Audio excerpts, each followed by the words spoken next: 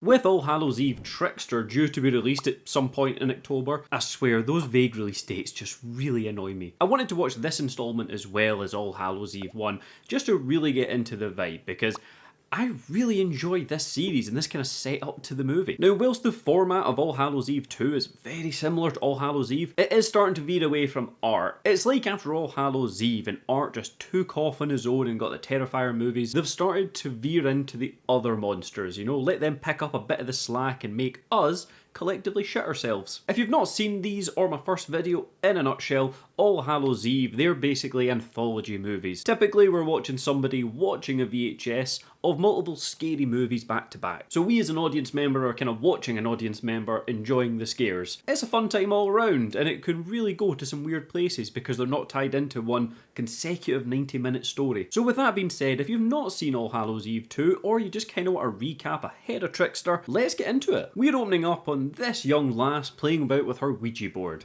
Oh, great spirit of Halloween. Just try to contact the spirits through some relationship problems, which, you know, pick up the phone. I'm sure there's somebody closer to you that can give you a bit of advice. I just really want to know, why is Robert not calling me? But we are not pissing about in this movie. Like, very quickly on, she gets a spook, we check outside, and there's like a Mike Myers knockoff just standing staring at her.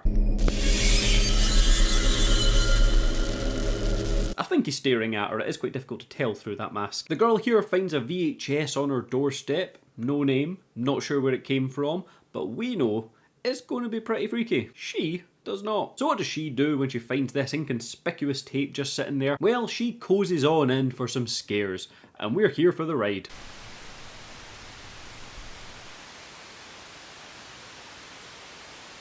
So with that, let's get into the first of these scary movies and see what it's all about. We're not going too far off course from the start here, as we're following another babysitter. She's just babysitting the one kid here this evening, so, you know, already a little bit less stressful the situation. Maybe your mom can make you pumpkin pancakes tomorrow. Her and the boy here are doing that old tradition of carving a pumpkin. However, she's not the best at her job because she is flailing this knife around pretty close to him. Well, better be in the next 15 minutes or somebody's not having a happy Halloween. Like, one quick motion from him and he's getting chopped up. And that's not even the spooks. I was on edge from that. This dog though is bloody hyped for Halloween and pumpkins. Why don't you take one of your crayons and draw the face? Not gonna lie, I get bloody buzzing when I see a hype dog in a movie. Like, to us, they're a dog in a movie. To them, they've lived that experience and he had a great time on set. We can see that. Whoa! Our babysitter here is calling on out, I'm assuming to her boyfriend. Hey guys, you got Elliot. I can't take your phone call right now for whatever reason, but you already know what to do with the beat, baby boo. It doesn't really tell us ahead of time. Do you think I'm stupid? Based on her reaction though, I think we can surmise that he has been a little bit naughty with Angie Ʇᴏᴜᴜ. Don't even bother coming over.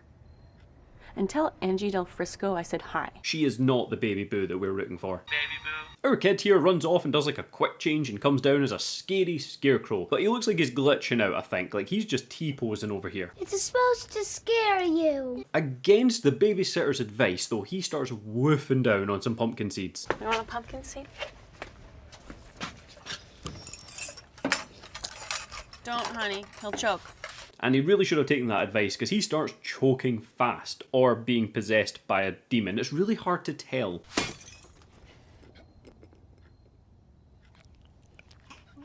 In either case though, she has very little urgency about the situation. It could be a demon, it could just be simple choking. He's fucking dying either way. Do something.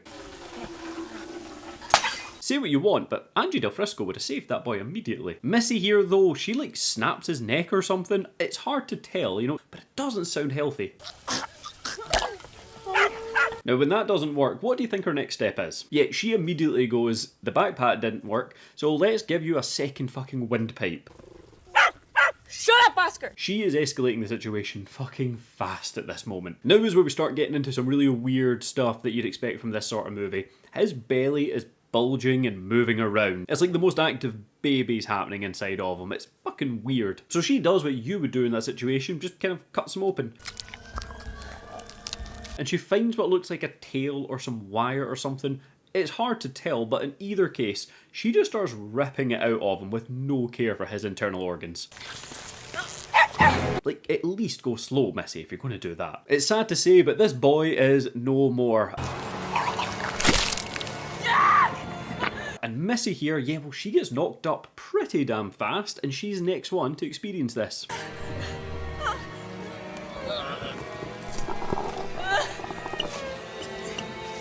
It's an immaculate birth. It is a miracle. Kind of. For this movie it is, anyway. And that little hype dog from earlier, sadly, is not as hyped. However, I will say thank you to this movie.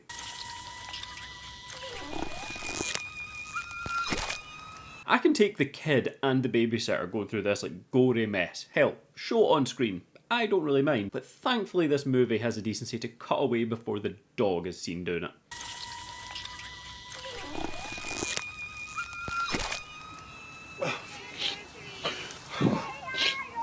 Like, that would have hurt. That would have pushed me over the edge if I seen the dog going through that same misery. Elliot heads on into the house and we don't really see his perspective on it. Hello, beautiful. But we don't go back in the house at this point.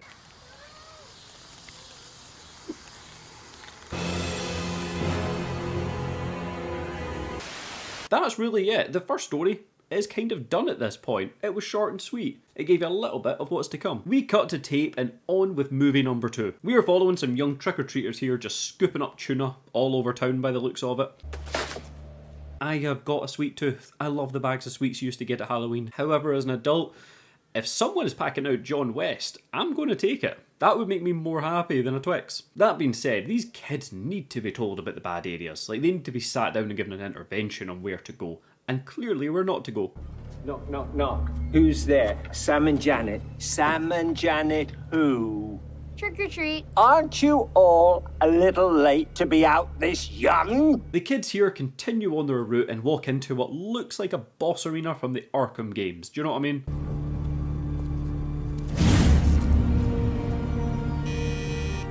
That is one of those boss fights where the boss is up on a ledge throwing down goons for you to fight. Jack here is behind the camera and just not feeling that Halloween spirit this year. Go away. But these kids, yeah, they're just not taking no for an answer. Trick or treat. They got a taste for tuna. They want it. Now get the hell off my property. Eventually they leave and Jack's Mrs. Kate wants to let them in. She's feeling a bit softer, hell they might have rations to spare, who knows. They're kids.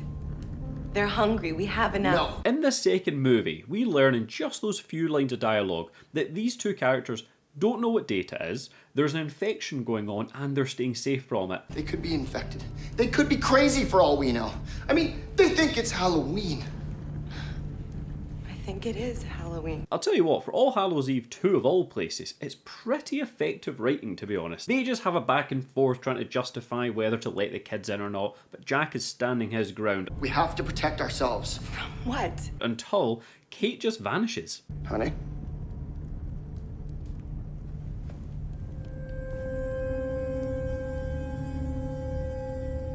Kate? Tension is rising, the fires go out, and then eventually we hear Kate scream.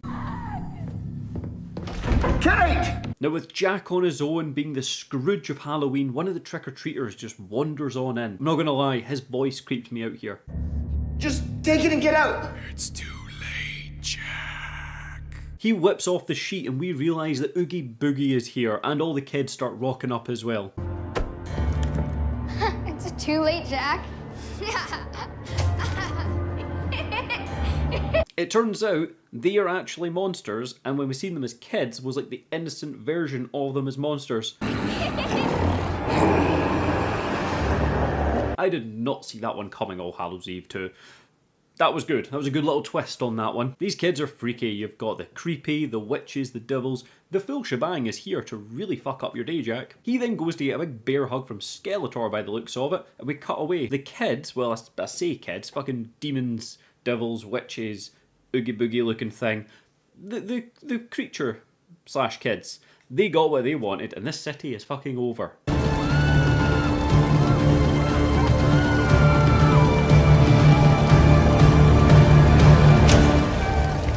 So far, the movies that this woman's watching are short and sweet. Like, that's us down 2 already. We cut back to her very briefly and then we move on into the next one. We have some very tense late night truckers for this one. It's getting close to midnight and this does sound like a regular run that they do based on their dialogue, but shit has happened previously. It always happens this way, remember? It's not exactly something you forget. The son here starts making up some kind of offering dinner looking platter to him. You cannot forget that crow skull garnish though, of course.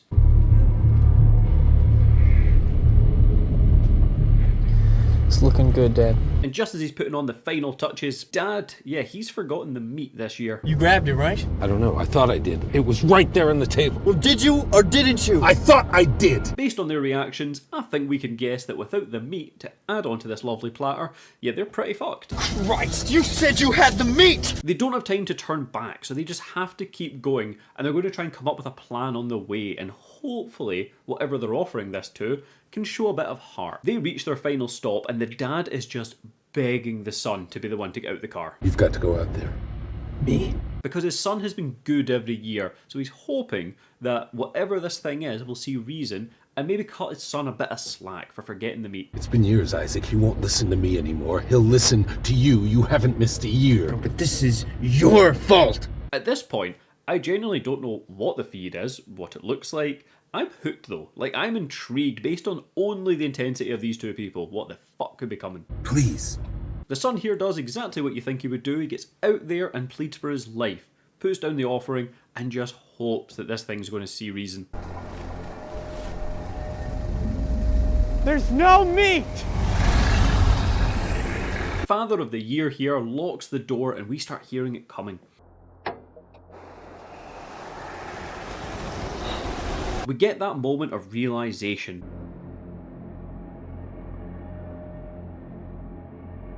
The dad has set the son up right before.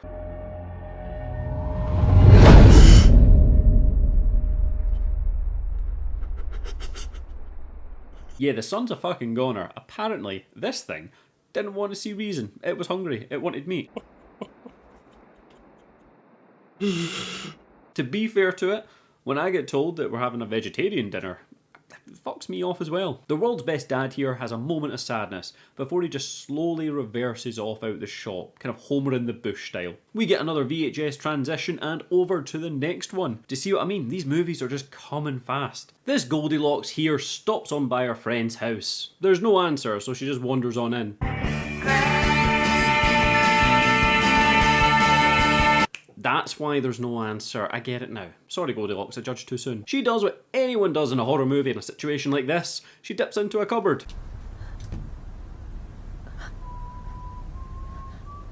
This music man here is up to something.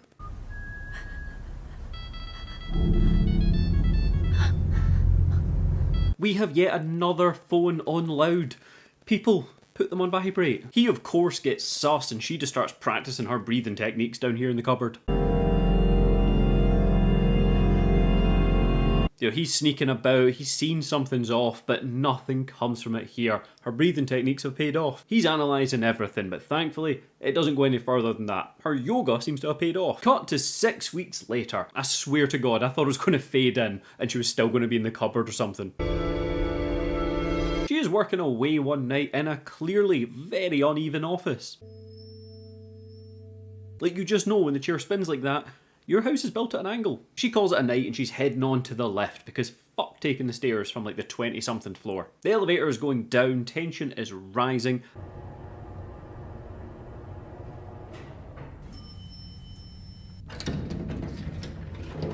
This guy just claws his way into the elevator for some reason.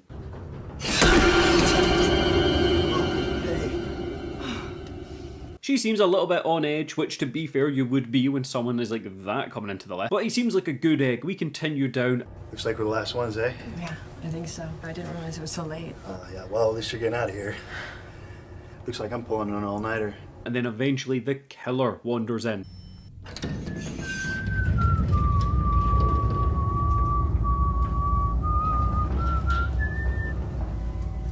He is just whistling away here. That claw guy gets out and now it's just two of them left. Can you guess what happens next? Of course the lift breaks down.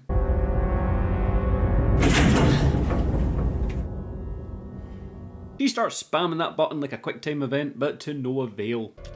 I don't think that's gonna help. Honestly, it's like she's trying to get out of Snake's torture method or something. Like, she is rattling that button. Killer Man here is staying calm under the conditions and actually trying to comfort her. We get flashes to the kills whenever he touches her, so it is hard to tell, knowing All Hallows Eve's methods, whether she's psychic or it's just PTSD. Like, it could be either at this point. She gets a pen ready, but it's on the side that he's on, so like, somehow he's not fucking seen this happen. It is mightier than the sword after all, so you know what, she might be in with a shot. Her phone goes off, it's on loud, she's not learned her lesson, and the ringtone rings a bell for old Whistler here.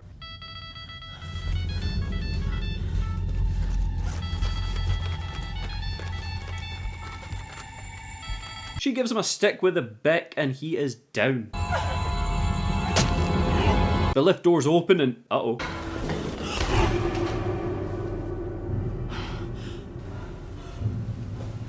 She is seeing him everywhere until we get that reveal.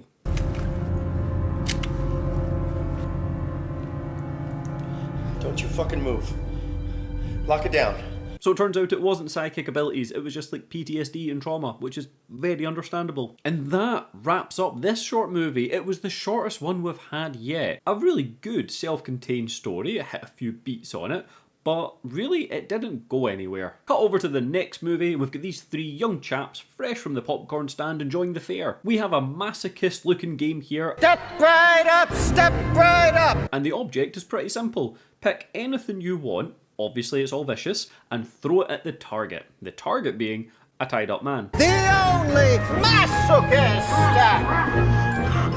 Sam is on edge about it. You know, there's some morality left within him, but his friend just steps up to the plate because he don't want to fucking back down and these prizes must be good. No thanks. Jesus, Sam, stop being such a puss. I'll do it. He must be getting a prize because he is nailing shots here. Now give it to this masochist! Okay, let's go. This guy is just spinning, screaming, wanting off the ride, and the young boys here, yeah, they have their eyes set on getting top marks. That is all they care about at this point. His mask falls off and we see that it's actually Sam's dad. Sam! Oh my god. He starts pleading to be let off and then we see Sam's bruises. You can win, Sam. And the carny here, yeah, he starts talking him into getting revenge on his dad. So you can win, Sam. They don't tell you outright, but you can put two and two together pretty fast here what's happening. Sam changes his tone very quickly. Like, this carny has got persuade maxed out. Looks like we may have a winner! He picks up his tools and gets him right in the balls. Quit crying like a little girl, Dad. Stop. Where's your balls? Stop! Sam, I'm sorry! Eventually, the ball is not enough and he throws a chainsaw at him, and I'll be honest, I'm not sure how they made this effect. It looks amazing. We see that there's somebody else tied up now as a living target, and then this movie is over as well. Step right up for a game so cruel! It's cool. They are getting shorter and shorter. It feels like All Hallows Eve 2 just tried to cram in as much as they could. We move over to a sleepy child with double glazed glasses. He is a bit of a scaredy cat.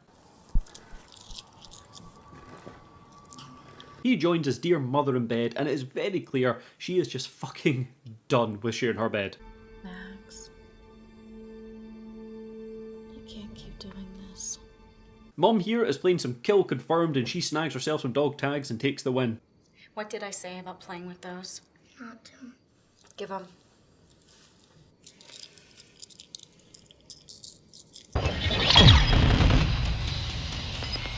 All hunters, mission accomplished. The son just accepts that he lost the round and settles in for a good night's sleep. That's better than winning the game here. He's a good loser. We then just see them going about their day, and it's very clear that his father and like her husband has died in battle, and the son is just kind of looking out at possible friends or something. I don't know, he just looks out there at them. There really is very little dialogue in this one so far. She notices that Max here has been in the guest room again. That boy just loves himself some Call of Duty. Max, were you playing in the guest room again? No. Really? Then what's around your neck?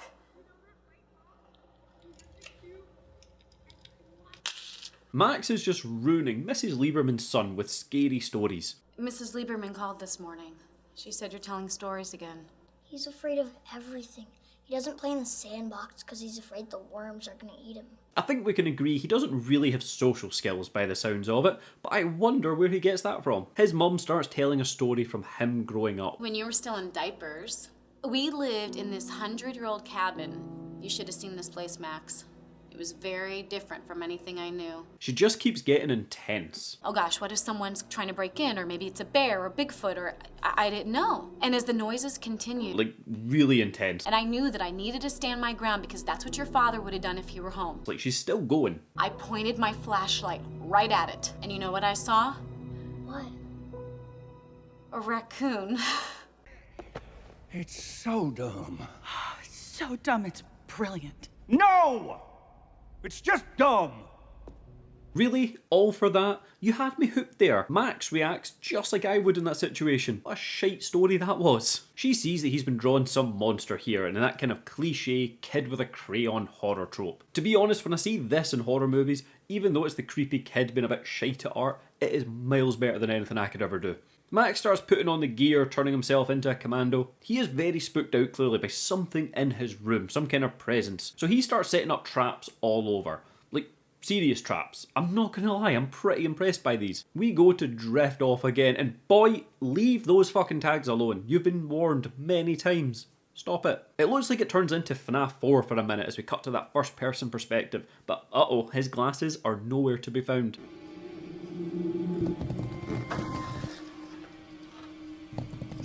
Max here is panicking, he doesn't quite know what to do next, so he readies his traps. Go away!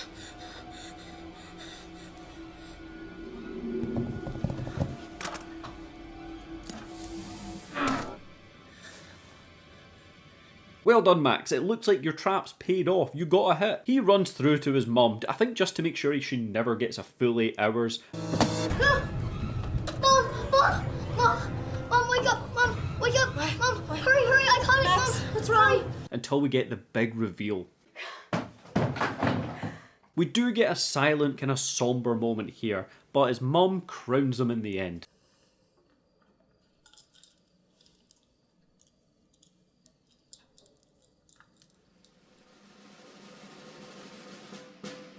She clearly realises that it's better to indulge this fantasy than just fight against it because he's not going to change. So what does she do? She joins in the hunt. Did you hear that? Quick, this way. Here, get down. Okay. This on. Take this.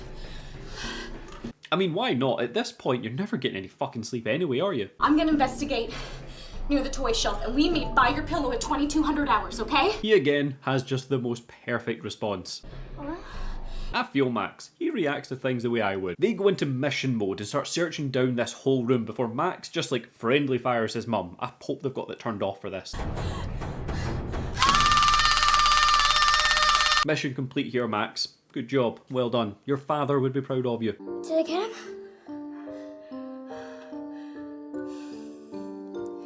I think you did. It looks like there's no monsters, his impulses have been indulged, and they've had a bit of bonding time. Maybe not.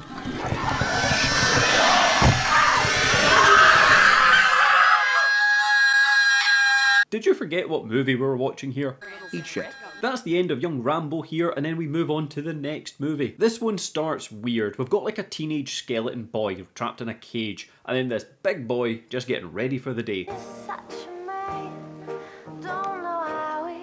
There is another young chap in the kitchen too, you can just catch him in the background. It is almost more sinister that there's a second victim in the back with almost no focus paid to him. Big boy's up here just practicing his scary faces because, well, he doesn't want to come down and look passive at all. Nothing would make people believe you're passive at the moment. I think you're good. He is getting his house all ready for spooky season. He's got fake headstones, little plastic pumpkins, and of course, live props holding the bowls.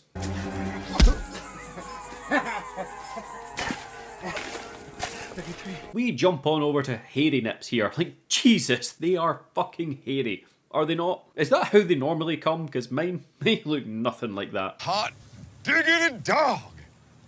This place is magnificent. Fluffy nips are the least of this boy's problems though, because the big boy, he wants a ghost hanging from his tree, and he's run out of ghost props.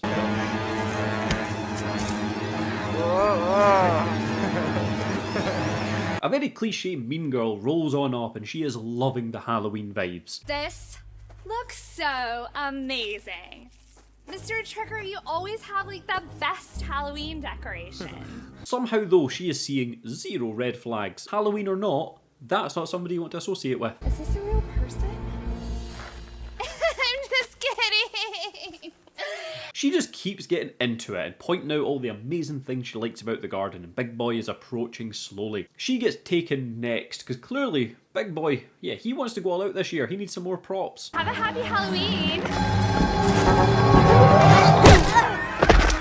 We cut back to the girl watching the VHS shitting herself before we jump into the next short movie. We are scrolling through some Spanish Facebook now. This movie is going worldwide. He is missing his girl, it seems. Jeez, he put all his money into his setup. You've got to respect it. He clearly knew what his priorities were and just plowed his money into it. I don't blame you. Damn good deal. These two get talking and, oh, we see that he dumped her and she took it hard. Like, really hard. Like, the final decision sort of hard, do you know what I mean? This girl though puts a smile on his face and she is coming on over.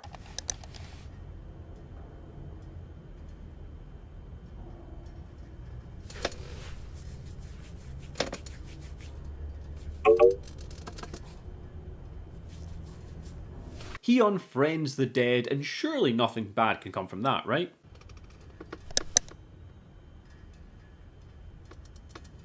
Power dips and he is getting glitched out. We get this freaky image and cue the most dramatic page zoom in cinema history.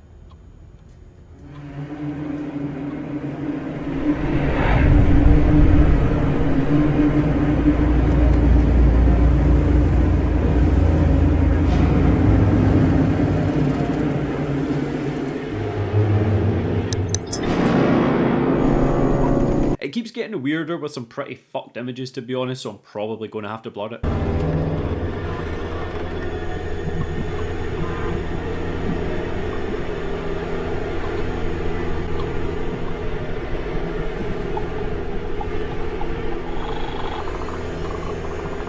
He goes to click off and then...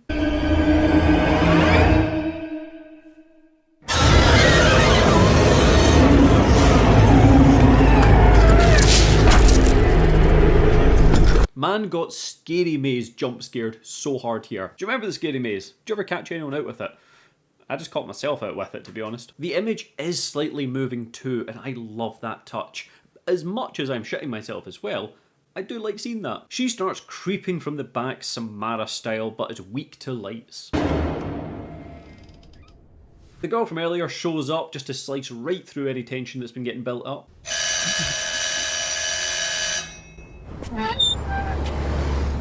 Hey. Our man here cleans himself up. Really, he should have done that immediately when a girl was coming over. Come on, man. Rule 101. Once he's done, he goes to check back in on her. She's on the PC, which isn't plugged in, so something is coming.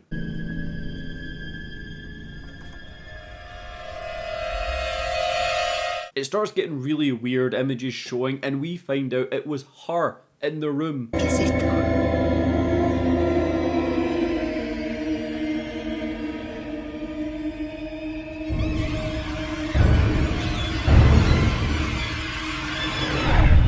Like it was her photo from earlier. Do you know what I mean? It's weird. I didn't expect it. I thought it was dead girl. It's new girl. A live one. It's just a mindfuck. What is going on? She needs the face wash now, for sure though. Like, she's up next. In all seriousness, that is some really creepy, cool design for this creature, monster, possession, demon thing. We don't quite know what happened here, but we can only surmise both of them are dead based on this movie's track record, I'm guessing. Cut back to our cozy viewer from the start, and we are now seeing this like Mike Myers on screen somehow. He is pushing on the video and she ejects it right on time.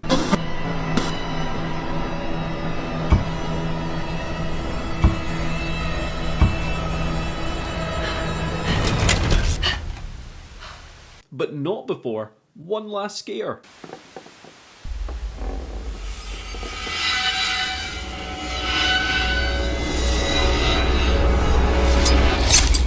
with that, we roll into credits. And that was All Hallows Eve 2. What did you make of All Hallows Eve 2? For me, I think the first one was stronger. You know, there was less stories and they got a little bit more time to flesh out. Plus, having that twist in there that one of the short stories was actually kind of reality bending, that shit was awesome. Whereas here, it's like they had a lot of half ideas that they just wanted to cram into a movie. I enjoyed it, I liked where each of them was going, but they just kind of ended too soon, do you know what I mean? It was like a Sopranos cut to black, every single one of them. Even with this one feeling like it was worse than the first, I am very hyped for All Hallows Eve Trickster. Like, I'm ready for the third installment for sure. Now, whether you've seen All Hallows Eve 2 in full, or you've just watched it through this video, which of the short videos that we've seen here was your favourite? I thoroughly enjoy going through all the comments down there. We get some good chats going. I learned some things that I didn't know. Hopefully, I can do that for you guys. And if you haven't yet, please do consider hitting subscribe. It really does help out this channel. It would be awesome to see and help it push it to more people. But with all that being said, that's me finished up All Hallows Eve 2. I'm not going to sleep tonight. Thank you so much for watching.